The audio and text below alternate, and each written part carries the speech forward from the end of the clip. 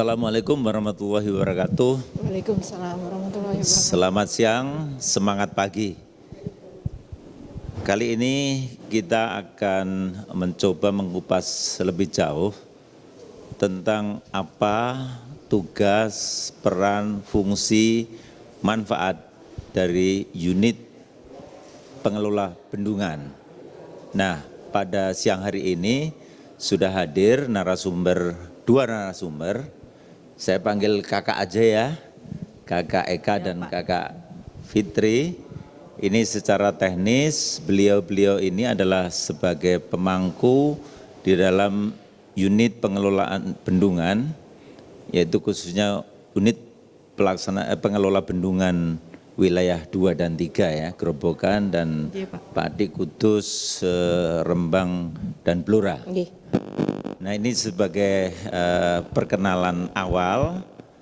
Beliau-beliau ini adalah dari Balai Besar Wilayah Sungai Pemali Juwana. Saya Eko yang didaulat menjadi host kali ini. Kita akan mencoba mengkupas. Di Jawa Tengah ini menarik karena bendungan jumlahnya relatif banyak. Menurut data kami, paling tidak di Jawa Tengah ada 41 bendungan, ekuivalen dengan 1,804 juta meter kubik. Hanya yang nanti dikelola dari Balai Besar Wilayah Sungai Pemali Juwana, tadi dapat informasi kurang lebih atau kita pastikan ada 19 bendungan. Nah, bagaimana mengelola bendungan ini supaya pertama, secara fungsi bisa sustainable daripada layanannya, kemudian umur bangunannya, dan kita tahu relatif dari keseluruhan ini adalah banyak yang sudah berumur. Nah, ini tentu butuh suatu pendekatan, dan saat ini saya kira unit pengelola yang pertama lahir sejak Balai Besar berdiri 2007 adalah UPB, yang saat ini berkembang ada juga UPI untuk yang irigasi. Betul ya? Kayaknya itu ya, Mbak? Ya, oke. Kita berbincang-bincang tentang unit pengelola bendungan. Sebenarnya barang apa sih UPB ini? Dan maksud tujuannya didirikan untuk apa? Supaya masyarakat itu punya referensi informasi yang cukup, dengan harapan nanti masyarakat paham, kemudian juga ikut mendukung daripada keberadaan unit ini.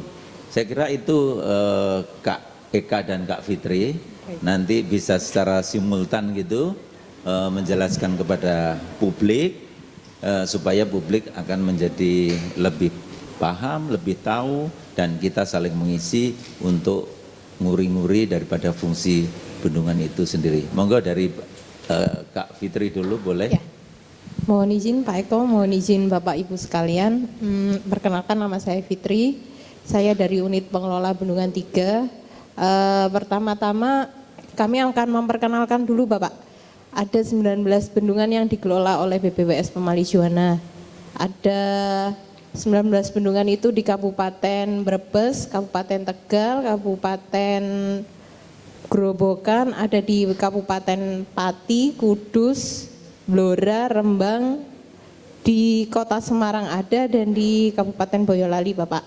Itu yang mendasari kami UPB dibentuk. Kami dibagi 4 klaster. Untuk klaster pertama itu kami di UPB 1 yang ada di Kabupaten Tegal dan Kabupaten Brebes, UPB 2 di Kabupaten Grobogan, UPB 3 di klaster Kabupaten Pati, Rembang, Blora dan Kudus, dan Kabupaten Kudus, Blora, Rembang dan Pati, dan UPB 4 ada di Kota Semarang dan Boyolali. Adapun bendungan-bendungannya Bapak, dari UPB 1 itu ada Cacaban, Penjalin, UPB 2 ada KDO, Simo, KDO itu Kedungombo Bapak, Simo, Sanggeh, ada Butak, Nglangon. Di UPB 3 ada Logung, Gembong, Gunung Rowo, Gerawan, Panohan, Lodan, ada Ngreneng, Tempuran, dan yang terbaru Randu Gunting. Di UPB 4 kami ada Bendungan Jati Barang, Bendungan Klego, dan rencananya nanti Bendungan Jeragung akan dikelola oleh UPB 4 Bapak. Itu sekilas perkenalan tentang bendungan-bendungan yang kami kelola, 19 bendungan. Mungkin Mbak Eka mau nambahin? Ya Kak Eka. Iya nih Pak, senior kami ya di SDA. Jadi gini, tadi kan sudah disampaikan juga unit pengelola bendungan itu sudah ada sejak tahun 2007 ya Pak ya. Dan sebenarnya di Permen PU 27 tahun 2015 itu juga sudah ada disampaikan juga tentang unit pengelola bendungan, dan kebetulan tahun 2022 kemarin ini dikukuhkan lagi oleh waktu itu Menteri PUPR ya, Pak Basuki Hadi Mulyono mengukuhkan lagi tentang unit pengelola bendungan, dan kemudian juga membuat peraturan-peraturan tata cara sebagainya yang berhubungan dengan unit pengelola bendungan gitu Pak. Ya, baik. Kalau kita berbicara unit pengelolaan bendungan, pengelolaan itu menurut hemat kita secara umum memang artinya sangat luas karena manajemen. Nah, coba kita nanti diceritakan Kak Fitri dan Kak Eka, sebenarnya substansi daripada pengelolaan bendungan itu sendiri apa? Karena pengelolaan yang kita pahami secara awam yaitu mulai merencanakan, melaksanakan, mengendali, mengevaluasi, kemudian dimonitoring, kemudian sebagai feedback untuk perencanaan berikutnya. Untuk dalam skop unit pengelolaan bendungan ini itu bagaimana? Ya baik Bapak, mohon izin menjawab Pak. Jadi kalau pengelolaan bendungan sendiri Pak sebenarnya sudah ada sesuai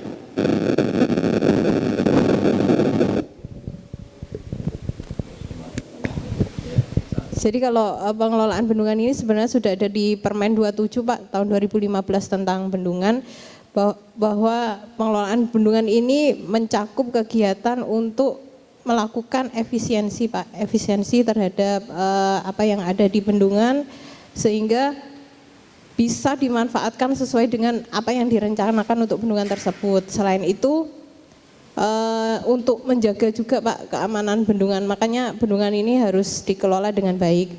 Kita umpamakan kayak begini Bapak, seperti bendungan itu seperti tubuh kita ya Pak.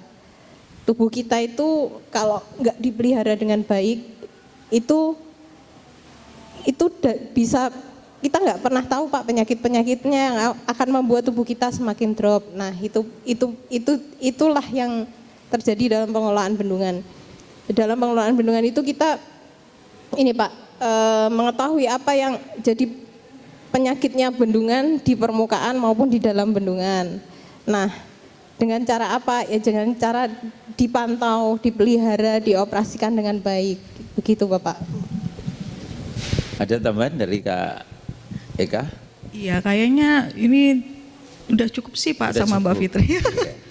Ya, kalau tadi kita tangkap, kalau kita mau merawat tubuh kita kan ada parameter indikator yang harus kita lakukan. Minimal kita sering ke lab lah. Itu kalau konotasi sebagai tubuh kita. Nah, kalau itu tubuh bendungan, tadi kan sudah disampaikan mungkin ada yang inspeksi rutin dan mungkin ada juga alat-alat bantu yang lain. Instrumen bendungan ya Ali ya yang dimaksud ya. Supaya kita mengetahui sejak dini perilaku daripada bendungan itu, termasuk salah satu tugas utama dari unit pengelola bendungan ya, supaya masyarakat paham. Nah kemudian tadi yang saya tangkap adalah efisiensi di dalam mendayagunakan sumber daya air, utamanya adalah air waduk. Nah kira-kira sebagai ilustrasinya bagaimana, karena fungsi waduk ini karena layanannya adalah untuk multipurpose. Sebelum digunakan airnya dipakai untuk mengenerate, kalau itu dimungkinkan untuk power plant-nya. Kemudian ada yang untuk air baku, yang nanti diolah air minum, kemudian setelah dibuat generate untuk irigasi. Nah ini tentu ada tata caranya supaya keberlanjutan daripada operasional waduk itu sendiri bisa menjadi berkesinambungan. Nah coba diceritakan supaya masyarakat itu jangan sampai punya image, loh airnya ada, kenapa ini enggak boleh dipakai untuk seluruhnya. Nah ini supaya kita berbagi dengan masyarakat. Gantian nih.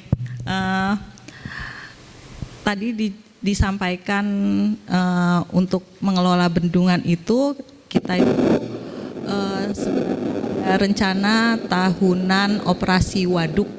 Jadi kita membuat rencana tahunan itu di situ berdasarkan jumlah kebutuhan yang akan kita layani. Di sini ada irigasi, ada air baku, juga ada PLTA itu.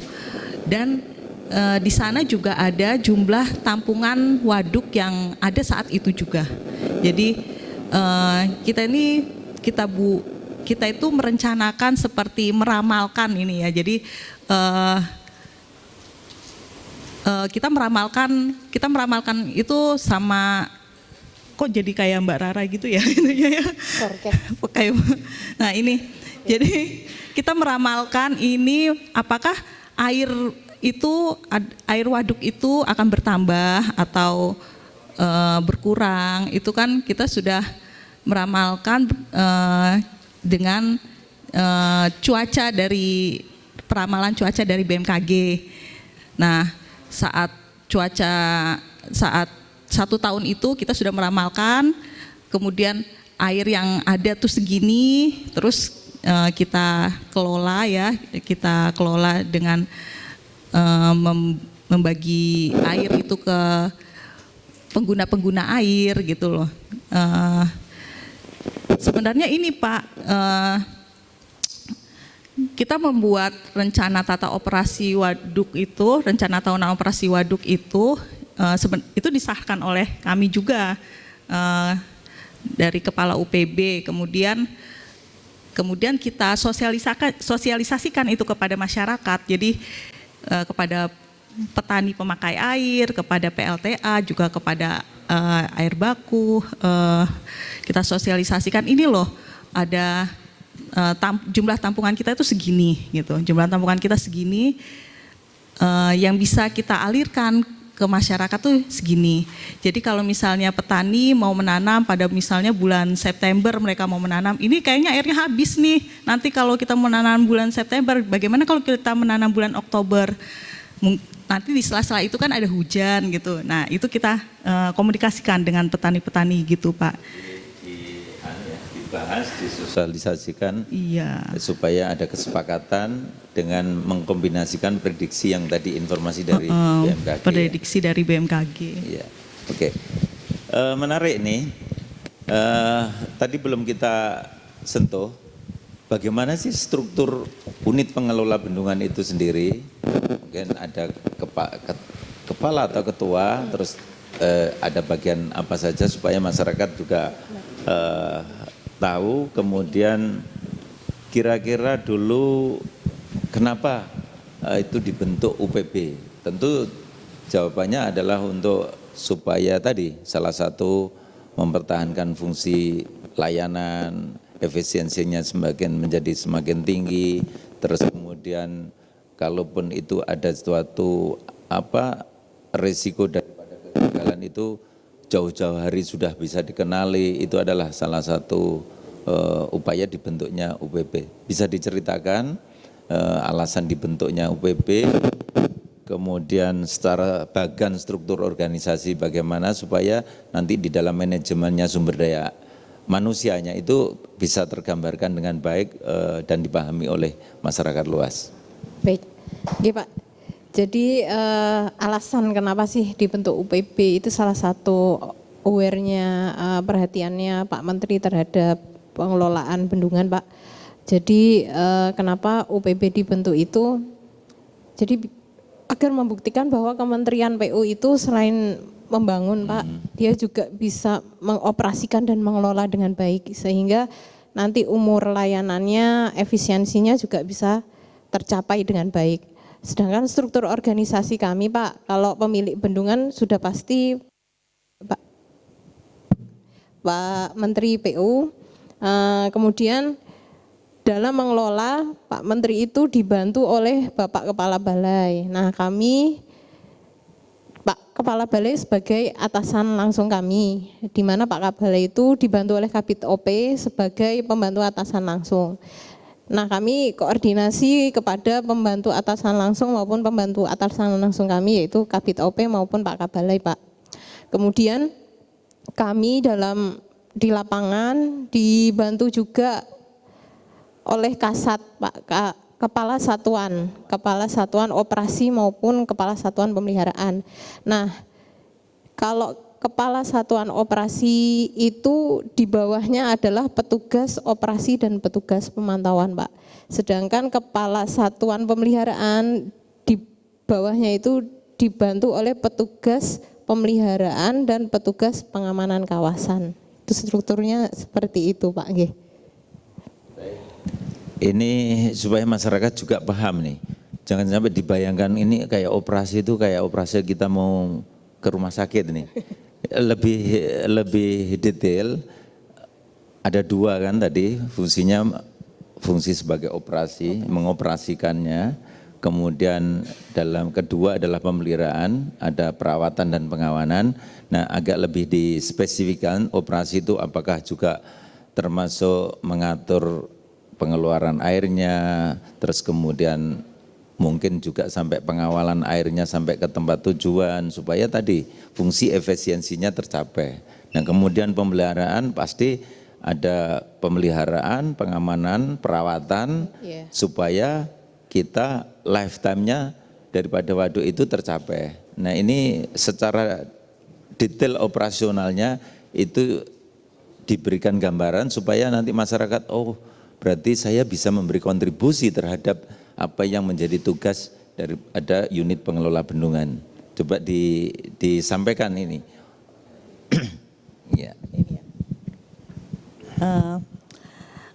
Tadi disampaikan saya sama Mbak Fitri itu untuk petugas operasi, petugas yang ada di lapangan kan petugas operasi, pemeliharaan, pemantauan dan pengamanan kawasan. Dan untuk petugas operasi sendiri memiliki tugas itu tuh ya di sini untuk operasional pintu, buka tutup pintu maksudnya ya. Buka tutup pintu, kemudian mengoperasikan pencatatan inflow dan outflow waduk gitu ya. Dan juga mereka juga berkoordinasi dengan P3A selain dari kami sendiri, mereka juga melakukan koordinasi dengan P3A, apakah air yang sampai ke lapangan itu cukup atau tidak gitu. Terus untuk petugas pemeliharaan di sini, mereka memelihara apa yang ada di bendungan itu. Salah satunya mereka melakukan babat rumput, kemudian pelumasan terhadap kegiatan terhadap alat-alat hidromekanikal, terus melakukan pengecatan dan lain sebagainya ya.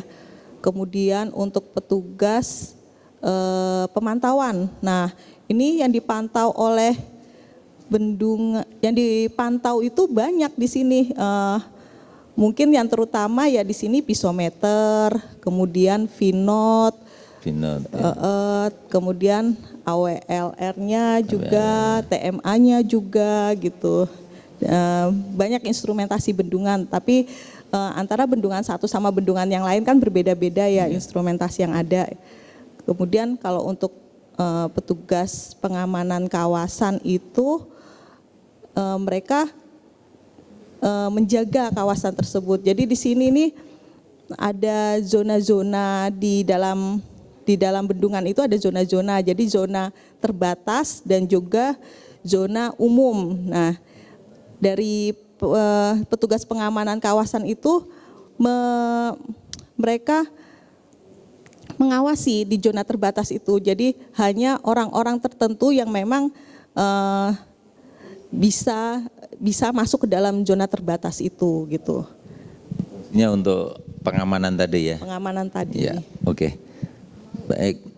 Terus kemudian tentu tadi di dalam mengoperasikan tadi buka tutup pintu ada suatu patokan tentunya. Jadi ada apa ini? Entah apa sebutannya. Supaya airnya, elevasi muka air, volumenya itu sesuai yang diharapkan. Nah, masing-masing bendungan tadi kan disampaikan ada karakteristik masing-masing dan tentu punya ya bahasanya apa ya, lengkung operasi lah untuk memenuhi daripada punya pegangan. Nah, itu bagaimana implementasinya selama ini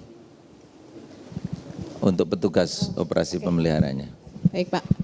Jadi kalau patokan, jadi pegangan di lapangan untuk teman-teman dalam pelaksanaan pekerjaan itu kita punya SOP.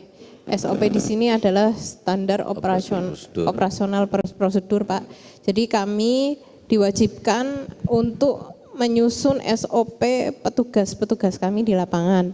Nah, di situ secara detail akan dijelaskan bahwa sesuai dengan tupoksinya Pak sebagai petugas operasi, pemeliharaan, pemantauan ataupun pengamanan kawasan, kami mendetailkan Pak. Jadi langkah-langkahnya ketika dia mau memantau TMA nih, pertama dia harus ngapain, terus kedua, jadi di situ ada step-stepnya secara lengkap.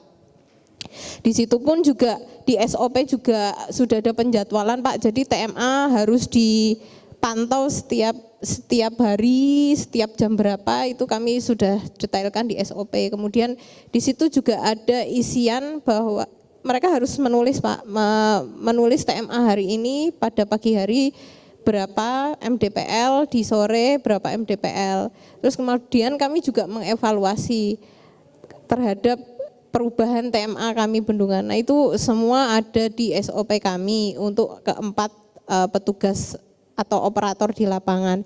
Jadi di SOP selain ada perencanaan Pak, kami juga ada evaluasi, juga ada analisa. Analisa sih dari kami Pak, dari UPB, tapi kalau dari operator sampai pencatatan aja, gitu Pak. Baik, ini sangat spesifik unit pengelola bendungan ini. Secara aturan untuk teman-teman yang ditugaskan menjadi kepala UPB itu ada syarat khusus tidak? Ada sertifikasinya atau apa? Supaya masyarakat umum itu memahami, oh ternyata menduduki seorang kepala UPB itu harus juga bersertifikat, dan tujuannya adalah supaya inline dengan tadi yang tujuan dan fungsi dibentuknya UPB. Kira-kira ada enggak itu tuntutan dari sisi sertifikasinya? Jadi kemarin itu tuh disampaikan juga kita itu punya, kita harus punya sertifikat Pak, sertifikat ahli bendungan. Selain pengalaman 2 tahun di apa namanya pengelolaan di bendungan ya, selain di pengelolaan ya juga di konstruksi, itu juga termasuk sertifikasi itu. Ada sertifikasinya? Ada. Yang ngeluarkan KNIBB? KNIBB Pak. Komite Nasional Bangunan Besar, Bendungan. Ya. Jadi ini juga ya. Syaratnya itu juga ada di SE Pak, di SE kan di SE nomor 1332 tahun 2022 bahwa kepala UPB pengalamannya harus apa, kasatnya juga, iya kriteria sudah didetailkan di SE. Iya, kalau enggak bisa dibayangkan nanti hal yang menuntut teknis kalau tidak dilandasi dengan sertifikasi itu tentu akan jadi. Baik, tadi kalau kita berbicara mencatat dan ada 2 pagi sama sore ya, jam 7 sampai? Nah, kalau pekerjaan yang rutinitas yang diboleh kata orang itu akan membosankan. Nah, gimana ini kesan dan selama ini yang dikelola, yang dilakukan oleh teman-teman yang ada di UPB ini? Apa ya yang mau, Pak nanti giliran aja Pak, atau gimana ini? Karena mencatat dari tinggi muka air, nyatat hidrologi, inflow, rilisnya berapa. Itu kan pekerjaan-pekerjaan yang rutin dan sifatnya jadi menjemukan. Nah ini bagaimana mensiasati supaya tadi itu tidak bosan, kemudian tujuannya juga tercapai. Ini kesan pesannya gimana?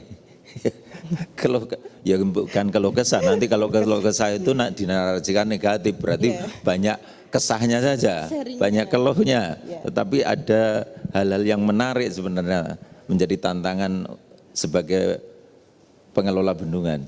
Tantangan ya Pak. Bentar Pak, saya mikir dulu.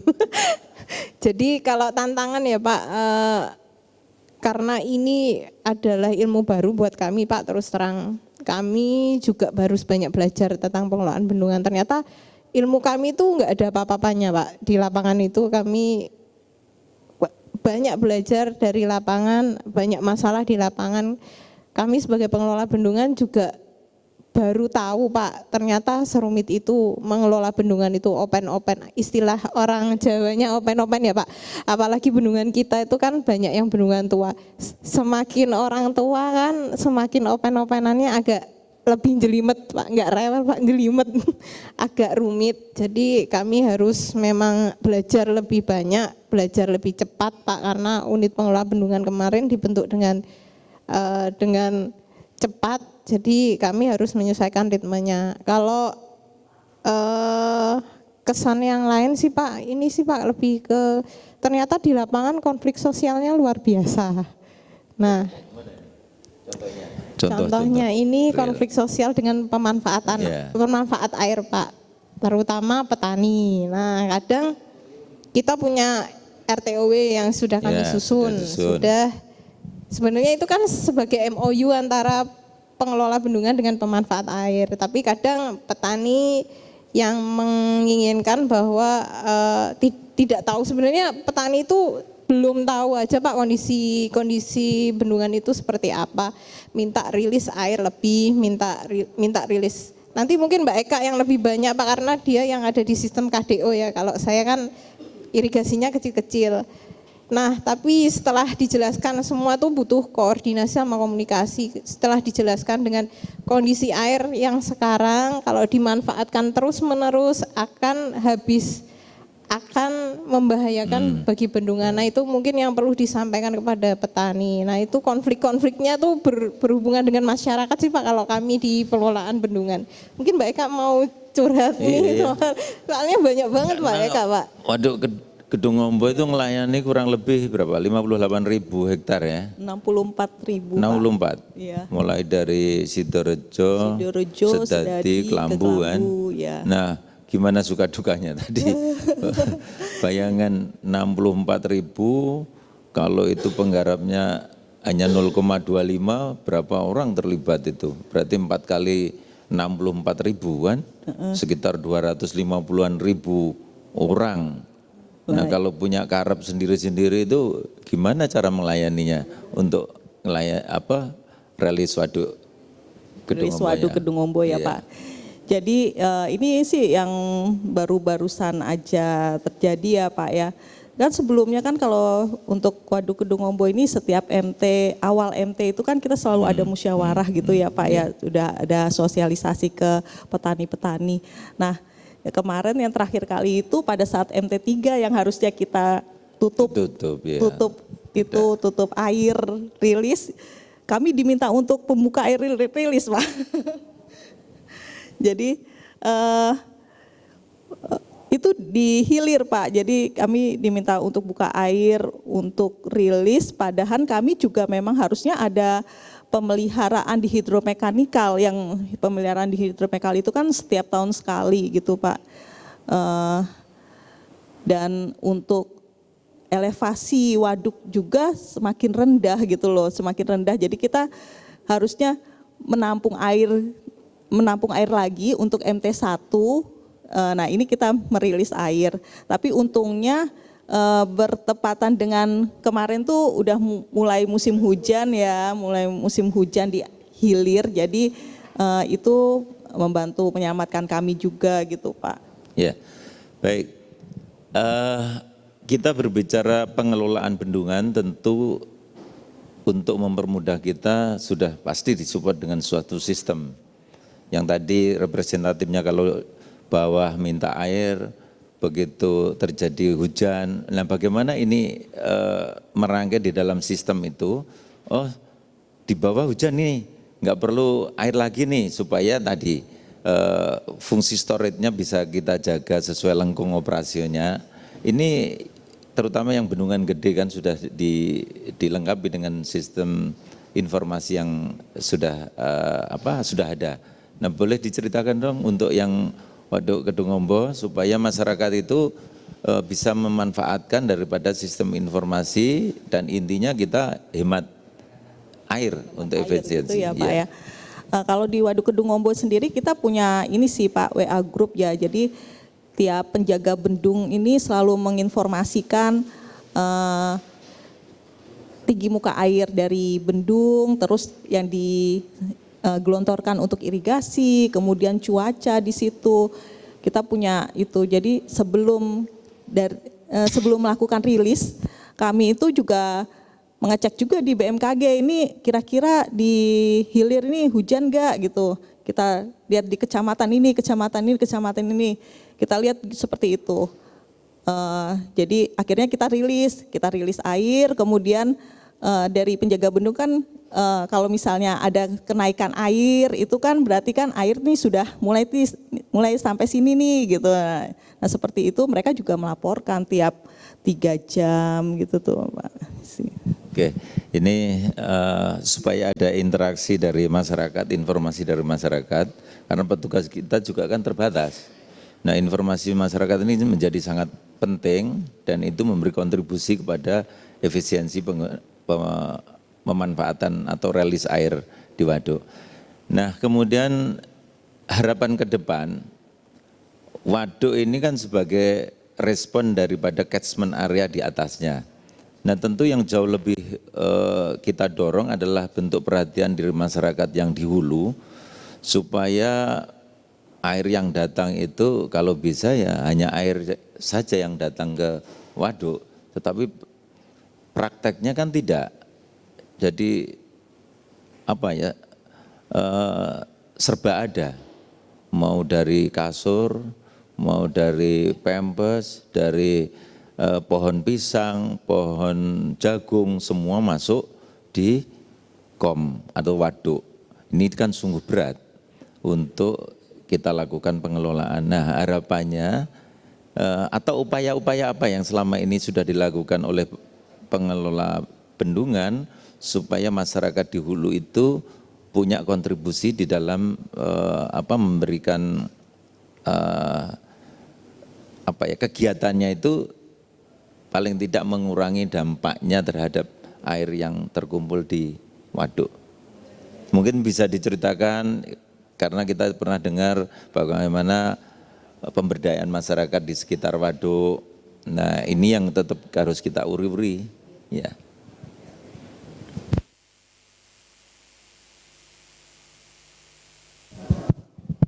Jadi untuk menjaga kelestarian waduk sih Pak, biasanya memang masalahnya sih kalau masyarakat di hulu karena enggak memanfaatkan langsung dari manfaat waduk ya, saya enggak peduli wong yang memanfaatkan. Nah ini kita di BBS Pemali Juwana kita membentuk ini Pak, komunitas peduli waduk. Nah kita menggandeng GFKW. Jadi kalau yang kemarin sudah ada pembinaan secara kontinu itu ada di Banyukuwung, ada di Cacaban, ada di Kelego Pak. Itu kita menggandeng kerjasama dengan masyarakat sekitar terutama di hulu, kita memberikan pengetahuan atau pemahaman kepada mereka bahwa waduk ini penting, akan berlanjut usia gunanya jika ada kontribusi yang besar dari masyarakat di hulu.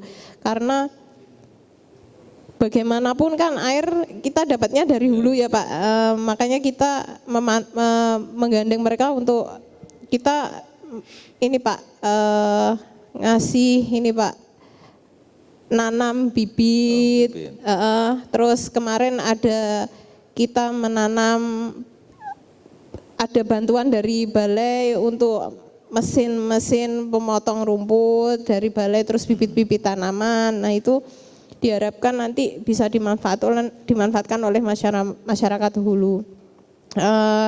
Kalau konservasinya sih lebih ke seperti itu sih Pak. Kalau di tempatnya Mbak Eka ada konservasi di masyarakat hulu? Kalau saya ini Pak, mungkin kita itu harus bekerja sama instansi dinas-dinas terkait yang ada di hulu juga Pak. Jadi sebelumnya kan kalau misalnya di Kedung Ombo itu kan ada Kabupaten Sragen, ada Kabupaten Boyolali. Nah mereka itu untuk membuat RT RW-nya mereka, itu mereka koordinasi sama kita. Ya jadi misalnya mereka mau buat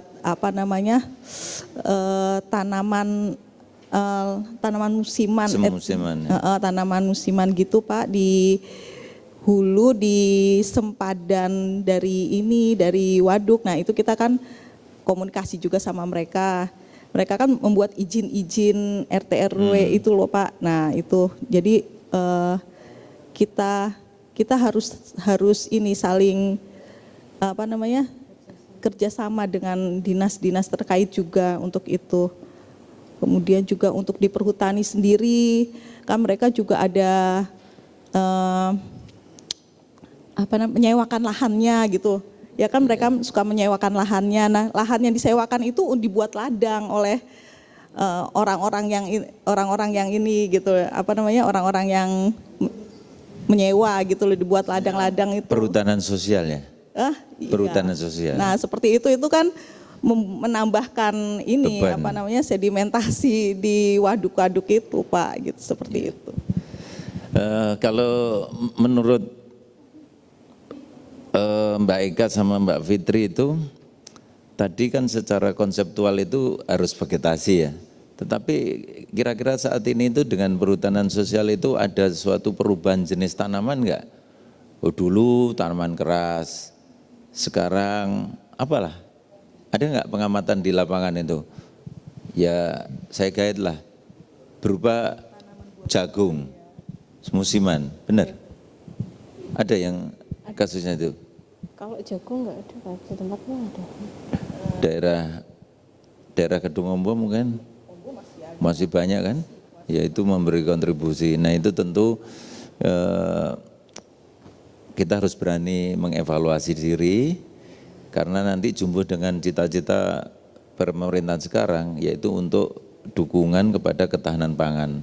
Nah kalau airnya juga ada kendala di waduk, tentu itu menjadi tantangan yang sangat berat. Dan tapi di balik itu kita syukuri, tadi kan secara data waduk kita itu sudah berumur. Yang baru kan relatif baru itu kan Lokung, Randu Gunting, yang lainnya kan zaman penjajahan semua. Artinya di situ pengelola juga punya suatu kebanggaan, ternyata lifetime-nya di atas 50 tahun pun, 100 tahun pun masih bisa difungsikan dengan baik dan kita pelihara. Nah, terakhir saya kira ada pesan kepada masyarakat supaya tugas dari kakak-kakak sebagai unit pengelola bendungan ini akan disambut oleh masyarakat dan intinya akan meringankan atau paling tidak memberi kontribusi kepada cita-cita yang tadi, memanfaatkan air secara efisiensi, kemudian air yang masuk ke waduk itu tidak semakin berat dengan sedimentasi dan perniknya yang tadi konflik sosial yang terjadi di masyarakat. Monggo ada pesan, ini momen yang baik nanti bisa ditangkap oleh masyarakat luas.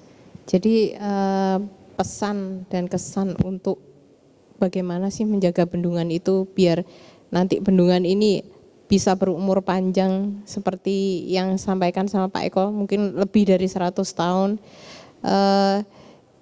Jadi perlu diingat kembali bahwa bendungan itu selain punya fungsi yang luar biasa, manfaat yang luar biasa untuk irigasi, untuk air baku, mikrohidro, pengendali banjir. Jangan lupa kalau bendungan itu punya bahaya yang luar biasa jika tidak dikelola dan dipelihara dengan baik. Maka saya mengajak semuanya, monggo kita sama-sama menjaga kelestarian lingkungan di sekitar sempadan maupun di genangan waduk. Mari kita sama-sama jaga konservasi. Kalau bukan kita yang peduli, siapa lagi?